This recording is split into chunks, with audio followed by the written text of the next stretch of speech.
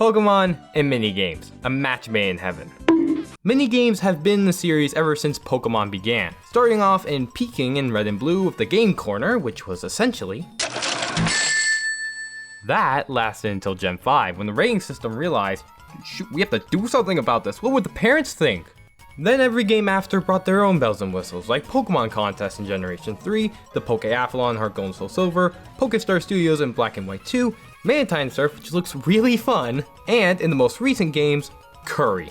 Even though they don't last long, I appreciate that the developers took some time out of their day to make them. So finally, I can cook curry and do my workout. But what if I told you there was a minigame that no one remembers? Something so forgettable that it even exists in the most recent games and no one knows or cares about it. It has many names: forgettable, boring, useless, but assumes one form: the minigame. Ah shoot, what was it called again?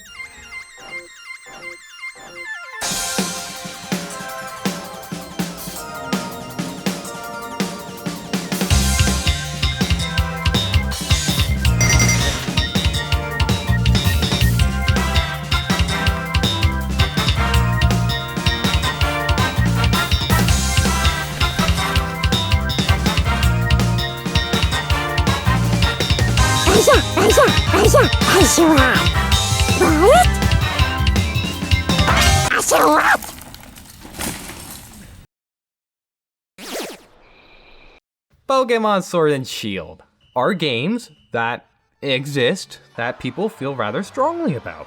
But one thing I'm sure that everybody can agree on is, what the heck is this? Rotom Rally? So it has a name.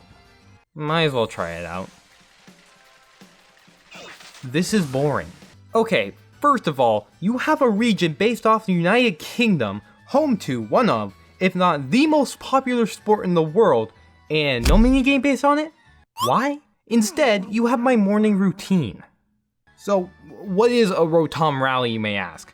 Well, Rotom Rally consists of going from point A to point B in a limited amount of time. You can pop balloons along the way to get a short boost and add to the time limit. And there'll still be Pokemon running around because this isn't a minigame, it's just a bunch of busy work. So why play this mode at all? What's the incentive? Watts. Watts are the incentive.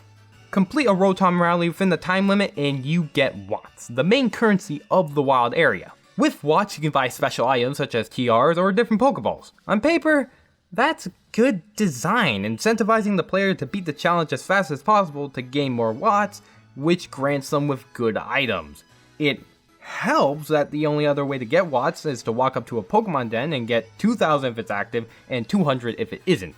So to get more Watts in a short amount of time, it would be better to do the Rotom Rally rather than waiting for days for Pokemon dens to be active. But like I said, would. Problem number 1. The Rotom bike is way too slow.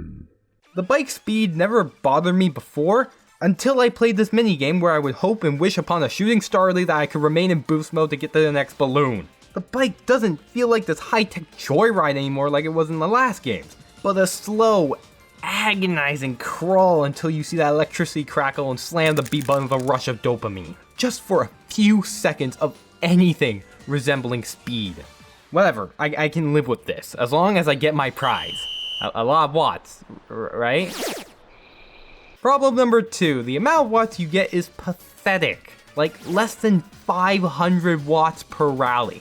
Guess how much it costs to buy one TR on average? 5 freaking thousand. Which leads into problem number 3. Since the unlimited Watts glitch exists at all, automatically makes Rotom Rally completely irrelevant. And with the Isle of Armor, you can just pay this man to dig upwards of hundreds of thousands of Watts every time you pay him. And finally, sticking the minigame in the back pocket of the wild area where 99.9% of players will never even notice it, or will play it and realize this is boring. Again, on paper, the concept was a good idea.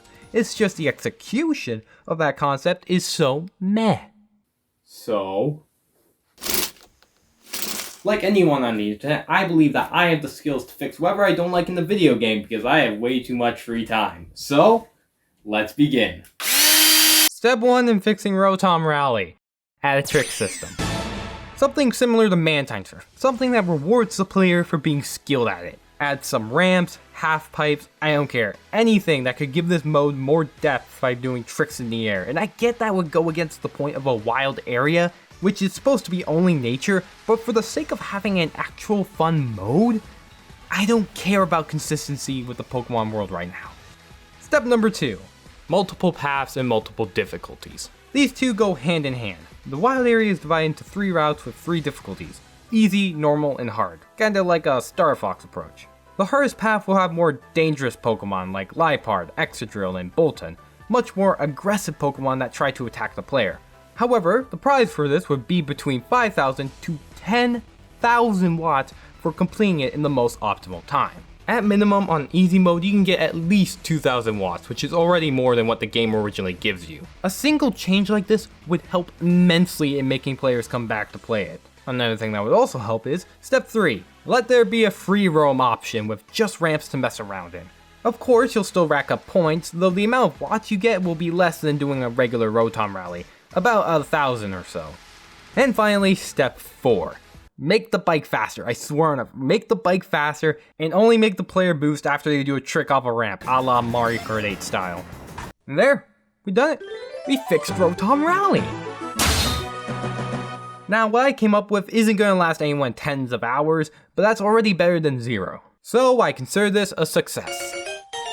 Of course, I do have the benefit of hindsight, and the leisure of not being in the developmental chair of the biggest franchise on Earth with a deadline looming over, so everything I just discussed was all for fun and doesn't mean anything, except for wasting your time. All that I hope for is that future Pokemon games we get more quality minigames, like the Pokeathlon or Curry compared to this, whoever it was, I already forgot his name. If I want anyone to take away from anything I just discussed, it's that why didn't Mantine Surf return the Eye of Armor? I don't get why, it just seemed like a perfect fit.